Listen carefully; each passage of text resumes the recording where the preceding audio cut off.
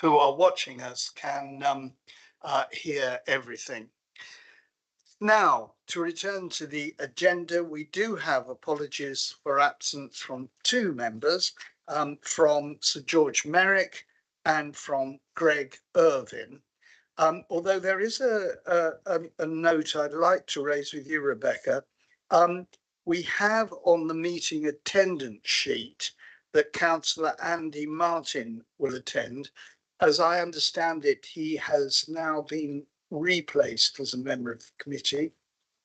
I think that's correct. I'm looking at you, Matty.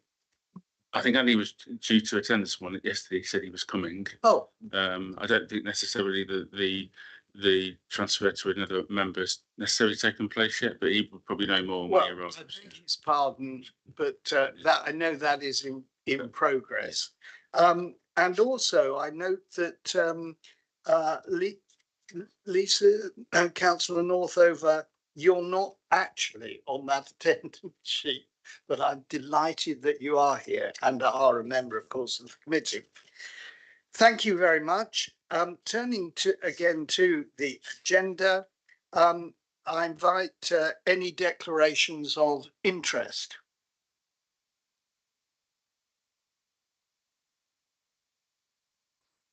In which case we can move to the second item, which are the minutes of the previous meeting, which took place on the 30th of October last year.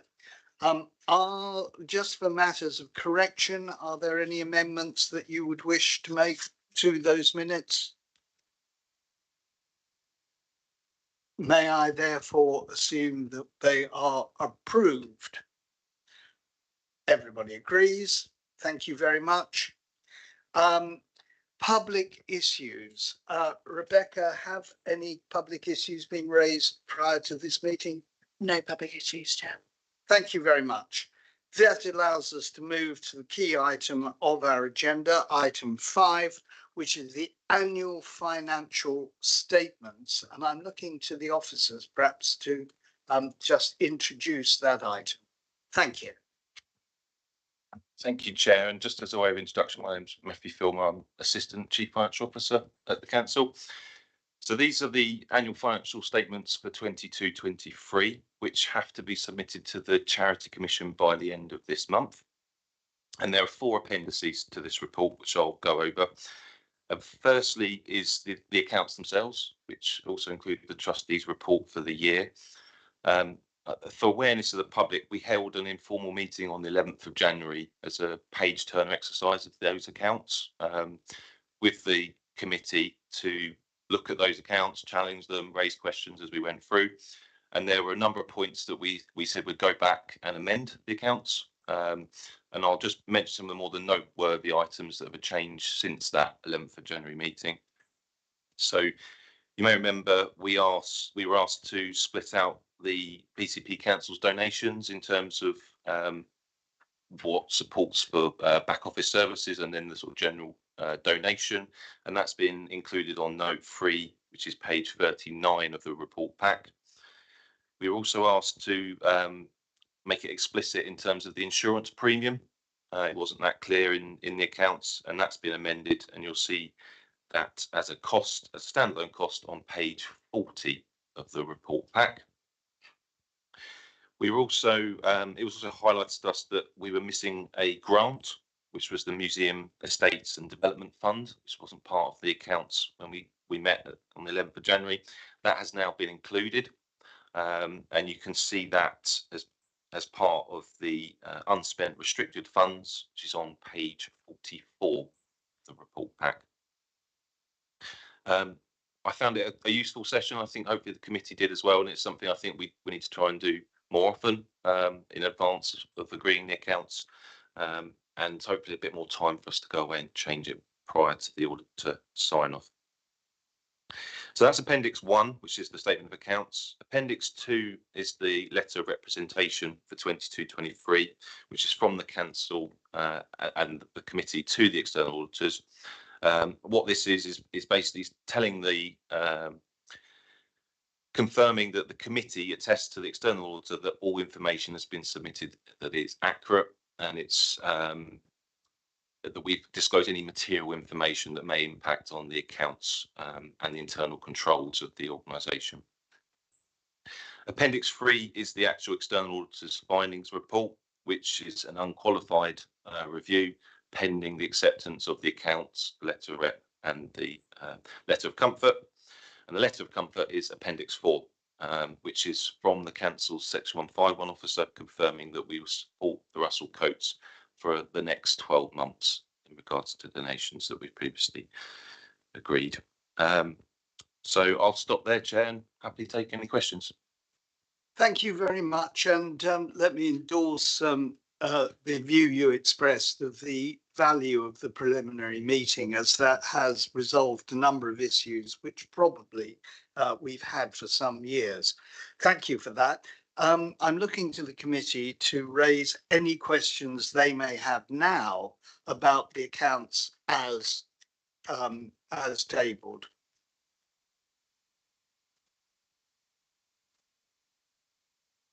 Are we satisfied, therefore, that these are an accurate statement of our trading for the relevant financial year? In which case, I think approval of the accounts is then mandated. Am I correct in assuming unanimous approval? Yes. Good. With regard to the unqualified, that therefore can be qualified, I believe, on the basis of our approval of the accounts.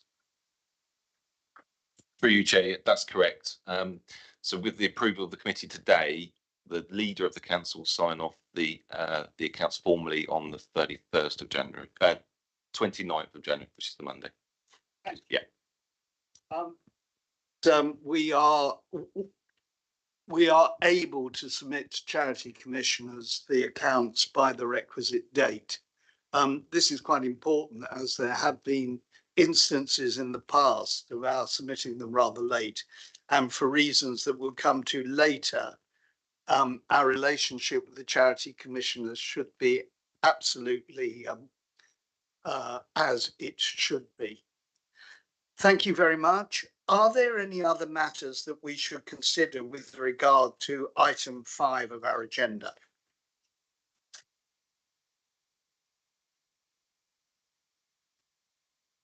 In which case, I am now able to move you to item 6, which is the funding agreement to support the Russell Cotes Art Gallery and Museum to become an independent trust.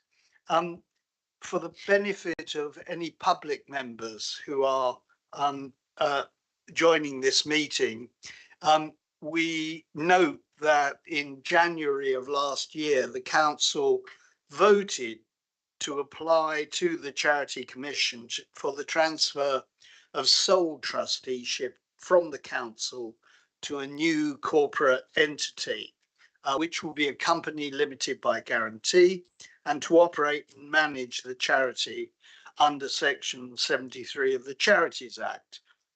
You will be aware too that this process is complicated by virtue of the inclusion of the Russell Cotes, along with other charities within the auspices of BCP, and identified in the Local Government Act of 1985. So the process requires not only Charity Commission approval, but also an approval of an order placed in Parliament. And although we are embarked on that process, it is very much hostage to securing parliamentary time in a year when we may be confronted with a general election. So that matter is initiated, but will not be concluded for between 12 and 24 months, we expect. Notwithstanding, there is an agreement proposed for the financial future of the then independent charity, and as identified in your papers. I now invite comment, qualification.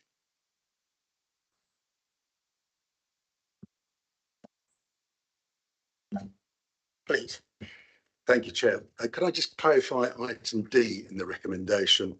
It says currently 299,000, but subject to change. I assume that change would only occur in the event that there was another legacy or donation that became a restricted reserve.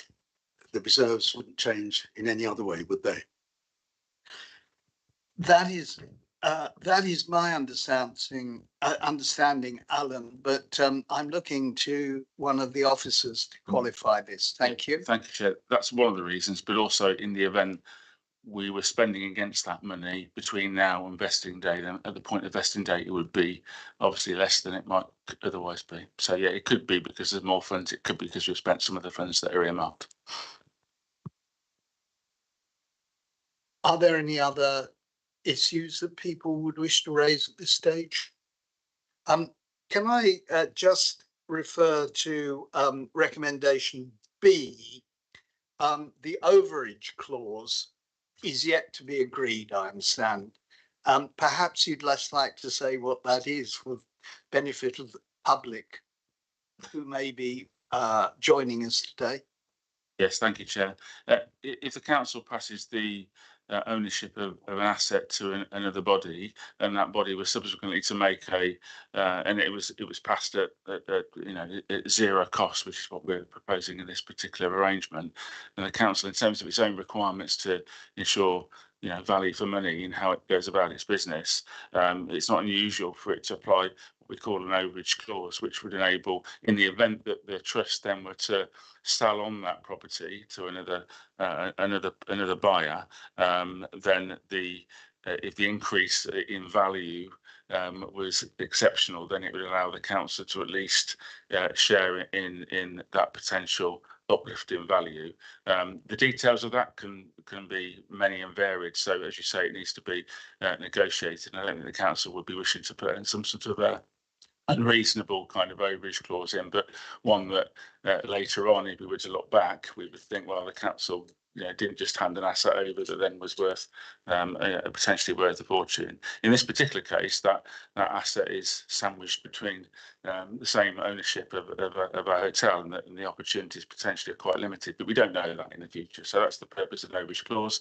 The overage clause, as you say, needs to be negotiated, and we'll obviously do that. If this is agreed, then we'll be doing that work and working closely with yourselves to finalise it. Thank you very much for that, Alan. If that is the case, Chair, should we not make sure that we're happy with the estimated cost? I mean, who has estimated it? Should we not make sure that both parties are happy with the cost that's inserted in this clause? Yes, I agree, Alan. It is an estimate, but I think in the discussion of overage, which will take place in due course, we may well seek on both parties seeking a surveyor's estimate of current value, because obviously the overage will be based on current value. There is an estimate here of £500,000. Chair, we had an independent valuation carried out, which was less than £500,000. £500,000 represents the offer that we were given by the neighbouring business. So in that sense, there's a degree of robustness to it. But I think under E, which is the delegation to finalise the details, that will be the process by which we would have a further discussion when there's a bit more flesh on the bones of that process. Thank you very much. As I understand it, the proposal will go for cabinet approval on the 7th of February. Councillor Martin. Yes, thank you, Chairman, and apologies for being late. Yes, indeed it will, and obviously I have the pleasure of presenting it to Cabinet, and I'm sure we'll get full support. And while I'm on, if I may, could I just pay tribute to Matty and Michael and the number of other officers who've worked incredibly hard with you, and I know we've been in the same meetings to reach what we feel is something that the council can support. So thank you for that. That's it's been quite a journey, hasn't it?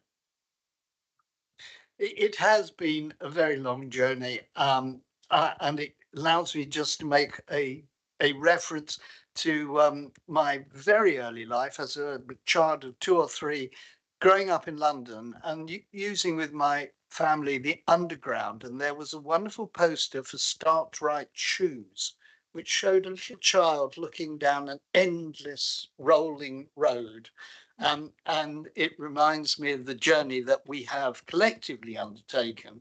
And I think I too, on behalf of the committee, thank the officers and yourself, as well as members of the committee, in expediting this at a very difficult time, we recognise, for the authority, but equally a very, very critical time for the museum and gallery.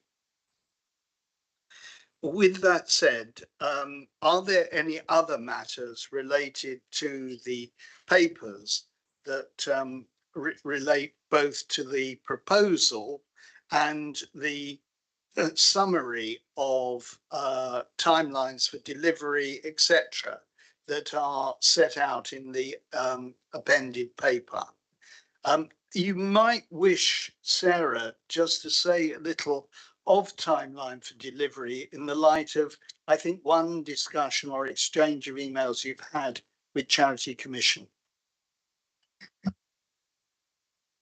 Yeah, well, I think we had a conversation with the Charity Commission at the end of last year, and they were suggesting that it will take a good 18 months to 2 years to get this through Parliament, as you've already described. So I think it's quite a long period of transition that we're facing.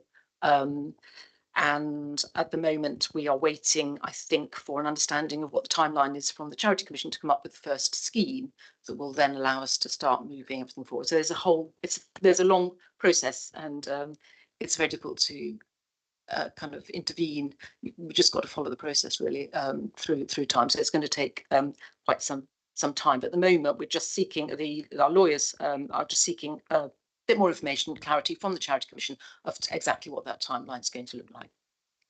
So can't say very much at the moment. Thank you very much, Sarah. As I understand it, it's less about the period of time the order rests in Parliament, which is 3 weeks. It is the time that it will take to finalise the legal documentation and then to secure the 3 weeks in Parliament. So, you know, there are two sides to this, both of which are very time consuming. Thank you very much. Are there any other matters that people wish to raise with regard to this very, very important, indeed almost historic item for the Russell Cotes Museum and Gallery? In which case I am able to move you to item 7, which is the date of the next meeting, which is the 6th of June, 3rd of June at 2 p.m. And finally, to thank you all for your attendance this morning, and for expediting 2 very important items of business for the museum and gallery.